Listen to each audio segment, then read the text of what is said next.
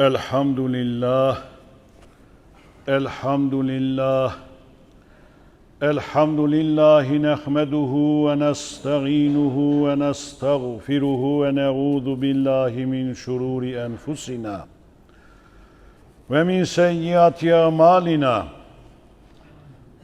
من يهد الله فلا مضل له ومن يضلل فلا هادي له نشهد أن لا إله إلا الله وحده لا شريك له ونشهد أن سيدنا محمدًا عبده ورسوله اللهم صل وسلم على سيدنا محمد وعلى آله وأصحابه أجمعين أما بعد فيا عباد الله اتقوا الله وأطيعوه إن الله مع الذين اتقوا والذين هم محسنون قال الله تعالى في كتابه الكريم أعوذ بالله من الشيطان الرجيم بسم الله الرحمن الرحيم وسارعوا إلى مغفرة من ربكم وجنة عرضها السماوات والأرض أعدت للمتقين صدق الله العظيم وقال رسول الله صلى الله عليه وسلم ما نهيتكم عنه فاجتنبوه وما أمرتكم به فأتوا منه ما استطعتم صدق رسول الله فيما قال أو كما قال ძვირფასო მორწმუნეებო უპირველეს ყოვლისა ვიყოთ ღვთისმოშიშები რადგან ღვთისმოშიშობა ადამიანის უდიდესი საუნჯეა როგორც ამ ქვეყნიურ ისე საიქიო ცხოვრებაში უზენაესი ალლაჰი ბრძანებს ჰეი თქვენ რომელთაც ირწმუნეთ ჭეშმარიტი ღვთისმოშიშებით გეშინოდეთ ალლაჰისა და ისე არ ჩააბაროთ სული მუსლიმად არ აღესრულოთ ალლაჰმა ეს ქვეყანა გამოცდის ადგილად გააჩინა ყოველი დღე, ყოველი სიტყვა, ყოველი ნაბიჯი და არჩევანი ჩვენი გამოცდის ნაწილია. ამ გამოცდაში კი წარმატებას ვერ მივაღწევთ მხოლოდ ლოცვით, მარხვით ან მოწყალების გაღებით თუ იმავდროულად არ ვერიდებით ჰარამს, რაც ალლაჰმა აკრძალა. სწორედ ამიტომ ისლამში ჰარამისგან თავის შეკავება ისეთივე მნიშვნელოვანი ვალდებულებაა, როგორც ფარზი ღვთისმსახურებების შესრულება. სამყაროთად ის წყალობა წარმოგზავნინა შუამავალმა მუჰამმედმა სალლალლაჰუ ალეიჰი ვესალამ ბრძანა, რაც აგიკრძალეთ იმას მოერიდეთ, ხოლო რაც გიბრძანეთ შეძლების დაგვარად შეასრულეთ. დღეს ადამიანები ხშირად ფიქრობენ, რომ ცოდვის ჩადენის გამო მხოლოდ საიქიოში აგებენ პასუხს. სინამდვილეში კი ცოდვას ცუდი შედეგი ამ ქვეყნადაც მოსდევს. ჰარამი ართმევს ადამიანს ბარაქას, სიმშვიდესა და გულის სინათლეს. ხშირად ვხედავთ, რომ ადამიანს აქვს ქონება, მაგრამ არ აქვს სიმშვიდე, აქვს შემოსავალი, მაგრამ არ აქვს ბარაქა, აქვს დრო, მაგრამ ვერ პოულობს ბედნიერებას. ამის ერთ-ერთი მიზეზი შეიძლება იყოს ის, რომ მის ცხოვრებაში ჰარამმა დაიკავა ადგილი. ალლაჰის შუამავალმა გვაუწყა, რომ ადამიანი როდესაც ცოდვას ჩადის, მის გულზე შავი ლაქა ჩნდება. თუ მოინანიებს, ეს ლაქა წაიშლება, მაგრამ თუ ცოდვას გააგრძელებს, ლაქები მოიმატებს და საბოლოოდ გული თლიანად გაშავდება. ამიტომაა, რომ ზოგჯერ ადამიანი ლოცულობს, მაგრამ ლოცვის სიტყვას ვერ გრძნობს. ყურანს კითხულობს, მაგრამ გული არ ურბილდება. ისმენს შეგონებას, მაგრამ რწმენით არ მოქმედებს. ცოდვა გულს ნელ-ნელა აუხეშებს და აბოროტებს. რა თქმა უნდა, ყველა სურვილია, რომ ალლაჰმა ჩვენი ვედრება მიიღოს. ოჯახში სიმშვიდე იყოს და შვილებს ბარაქა ჰქონდეთ. მაგრამ უნდა გვახსოვდეს, რომ ჰალალი ბარაქის მიზეზია, ხოლო ჰარამი მისი გაქრობის. შუამავალმა გვიამბო კაცზე, რომელიც მოგზაურობის დროს ხელებს ზეცისკენ აღაპყრობს და ამბობს: ღმერთო ჩემო, თუმცა მისი საკვები ჰარამია, მისი სასმელი ჰარამია, შემოსავალიც ჰარამია, ასეთ შემთხვევაში როგორ იქნება მისი ვედრება შესმენილი? მორწმუნე განსაკუთრებულ ყურადღებას უნდა აქცევდეს იმას, თუ როგორ შოულობს და როგორ ხარჯავს ქონებას. ისლამის სწავლულთაგან სუფიანისეურის კითხეს: ლოცვა რომელ რიგში შევასრულოთ, რომ მეტი მადლი დავიმსახუროთო? მან ასე უპასუხა: თქვენ ყურადღება მიაქციეთ იმას, ლუკმა თქვენი ჰალალია თუ არა, თორემ ლოცვა სადაც გინდათ იქ შეასრულეთ.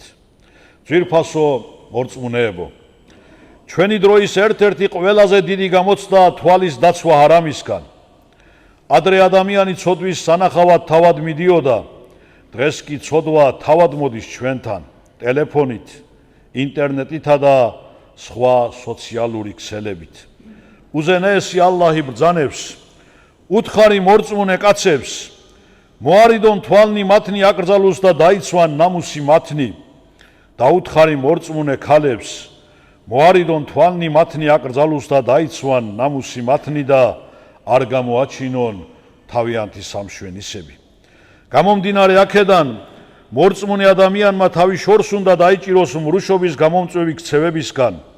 ჩვენი სხეული უნდა მოვარიდოთ მრუშობის ჩადენას, ვინაიდან როგორც შუამავალი სალლალლაჰუ ალეიჰი ვესელემ ბრძანებს, თვალების მრუშობა ჰარამზე შეხედვაა, ხელების მრუშობა ჰარამზე შეხება, ფეხების მრუშობა კი ჰარამისკენ სიარული.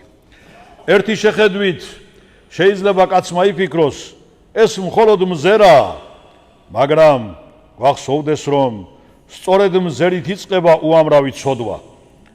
ცოდვა ჯერ თვალში ხდება, შემდეგ გულში იკავებს ადგილს, ბოლოს კი მოქმედებად გადაიქცევა. ერთ-ერთმა მორწმუნე ახალგაზრდამ ასეთი შთამბეჭდავი სიტყვები წარმოთქვა: მე არ შემიხედავს ჰარამზე, ამით რა დავკარგე? თქვენ შეხედეთ ჰარამს და ამით რა მოიგეთ? მორწმუნის პასუხისმგებლობა მხოლოდ თვალის დაცვით არ მთავრდება. ალლაჰმა თითოეული ორგანო ამანათად გვიბოძა და ყველა მათგანზე პასუხი მოგვეთხოვება. შესაბამისად, ჩვენი ენა არ უნდა გახდეს ტყუილის, ჭორის, ცილისწამებისა და შეურაცხყოფის საშუალება. დღეს ხშირად გონია, რომ ერთი სიტყვა არაფერს ნიშნავს, მაგრამ ზოგჯერ ერთი სიტყვა ткენს გულს, ანგრევს ოჯახს, აშორებს მეგობრებს და საზოგადოებაში შუღლს თესავს. შუამავალმა ბრძანა: ვისაც სწამს ალლაჰი და დღეუკანასკნელი, ან კარგი თქვას, ან გაჩუმდეს. არ არსებობს ბაგეებიდან გადმოსული სიტყვა ჩვენს მხრებზე არსებულმა ანგელოზებმა რომ არ აღნუსხონ. ასევე უნდა მოვერიდოთ ჭორაობას, დაცული უნდა იყოს ჩვენი ყურიც, ნუ მოვისმენთ იმას, რაც ცოდვისკენ გვიბიძგებს. ნუ მივცემთ ადგილს სიცრუეს, ბილწსიტყვაობასა და უსარგებლო საუბარს. ძვირფასო მორწმუნეებო, ჩვენს დროში განსაკუთრებული საფრთხეა რიბა, მევახშეობა, თაღლითობა, უსამართლობა და სხვისი უფლებების შელახვა. ზოგჯერ ადამიანი ფიქრობს, რომ თუ სხვები ასე იქცევიან, ეს ჩვეულებრივი ამბავია, მაგრამ მორწმუნის საზომი საზოგადოება კი არა, ალლაჰის ბრძანებაა.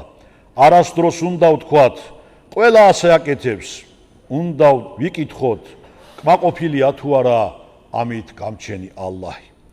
როდესაც ვაჭრობას პატიოსნებით ვასრულებთ, როდესაც შემოსავალი ჰალალია და როდესაც ადამიანი სხვის უფლებას უფრთხილდება, ალლაჰი მის ქონებასა და ოჯახში ბარაქას მიჰმადლის. შესაძლოა ასეთი ადამიანი მდიდარი არ იყოს, მაგრამ მისი გული მდიდარია, მისი ოჯახი მშვიდია და მისი ცხოვრება დალოცვილია. შეიძლება ვინმე მიფიქროს, თუ ცოდვა ჩავიდინე, ჩემთვის უკვე ყველაფერი დასრულებულია. პასუხი არის არა. ალლაჰის წყალობა უსაზღროა, მისი წყალობის კარი ღირაა ყოველი მომნანიებლისთვის. ყურანში ვკითხულობთ: არ მოიწყვიტოთ იმედი ალლაჰის წყალობისგან, უეჭველად ალლაჰი მიუტევებს ცოდვებს სრულად, რამე თუ იგია შემდობი წყალობელი. რა დიდი იმედია ეს თითოეული ჩვენგანისთვის. ცოდვები გულწრფელი სინანულით მოგვეტევება, ამიტომ ნუ დავაგვიანებთ მონანიებას. უთხოვოთ ალლას პატიება, სანამ ამის შესაძლებლობა გაგვაჩნია. მოდით დღევანდელი ხუთბიდან სამი მნიშვნელოვანი გაკვეთილი მივიღოთ. პირველი, ყოველთვის მოვერიდოთ ჰარამს, რადგან ის ართმევს ჩვენს ცხოვრებას ბარაკას და აშორებს გულს ალლაჰისგან. მეორე, დავიცვათ ჩვენი თვალები, ენა, სმენა, ხელები და გულები ცოდვებისგან. და მესამე, არასდროს დავკარგოთ ალლაჰის წყალობის იმედი და ყოველთვის გულწრფელად მოვინანიოთ ცოდვები.